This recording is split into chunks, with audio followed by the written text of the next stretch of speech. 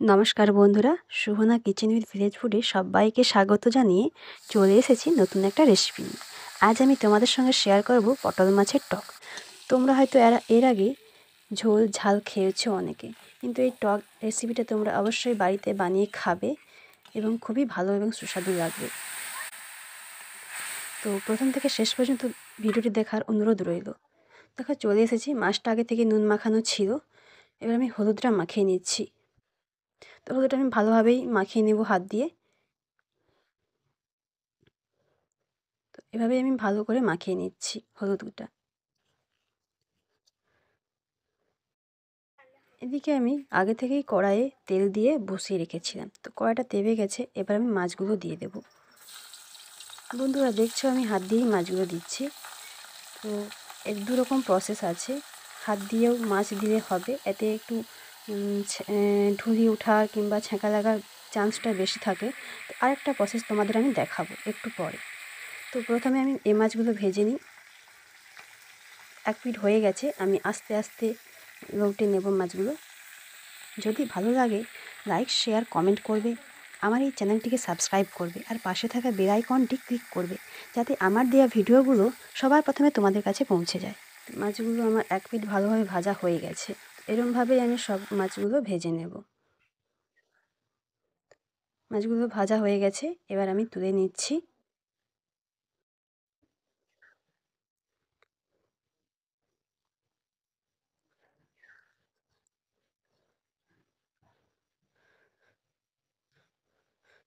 তো এবার আমি বাদবাকি মাছগুলো ভেজে নেব। তো বন্ধুরা বলেছিলাম না তোমাদের আগে, তো আমি খুন্তি দিয়ে মাছগুলো দিচ্ছি। তো এতে হাতে ছ্যাঁকাও লাগবে না, ফোসকাও পড়বে না। তোমরা দু রকমভাবেই দিতে পারো, যাদের যেটা সুবিধে হয়।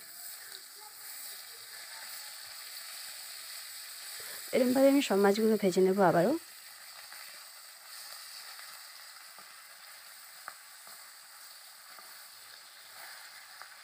মাছগুলো ভাজা হয়ে গেছে, এবার আমি তুলে নেব।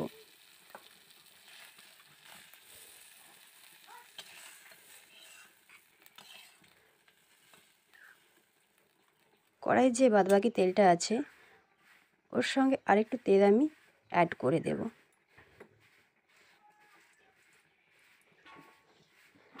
এবার আমি দিয়ে দেব গোটা শুকনো লঙ্কা আর দিয়ে দেব 5 ফোড়ন।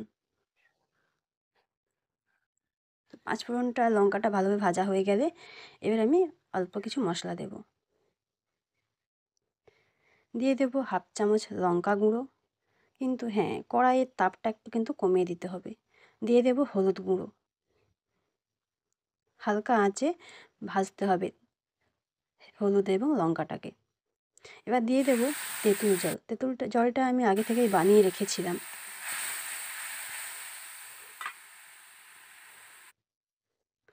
এর সঙ্গে আমি আর এক বাটি জল আমি যোগ করব।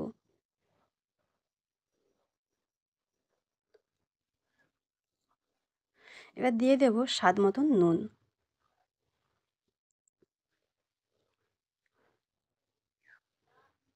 তো হালকা ফুটে উঠেছে, এবার দিয়ে দেব 2 চামচ চিনি।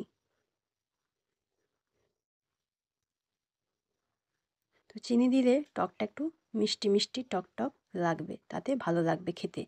টকটা ফুটে উঠেছে, এবার আমি দিয়ে দেব ভেজে রাখা মাছগুলো।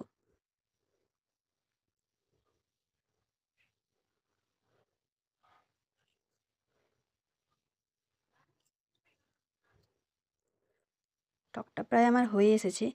আমি যেভাবে বানালাম তোমরা সেভাবে অবশ্যই বাড়িতে বানিয়ে খাবে, খুবই ভালো লাগবে।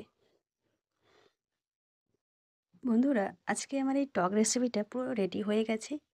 তো আজকের এই রেসিপিটা কেমন লাগলো আমাকে কমেন্ট বক্সে জানাবে। যদি ভালো লাগে লাইক শেয়ার কমেন্ট করবে, আমার এই চ্যানেলটিকে সাবস্ক্রাইব করবে আর পাশে থাকা বেল আইকনটি ক্লিক করবে, যাতে আমার দেওয়া ভিডিওগুলো সবার প্রথমে তোমাদের কাছে পৌঁছে যায়। নমস্কার, দেখা হচ্ছে পরের ভিডিওতে।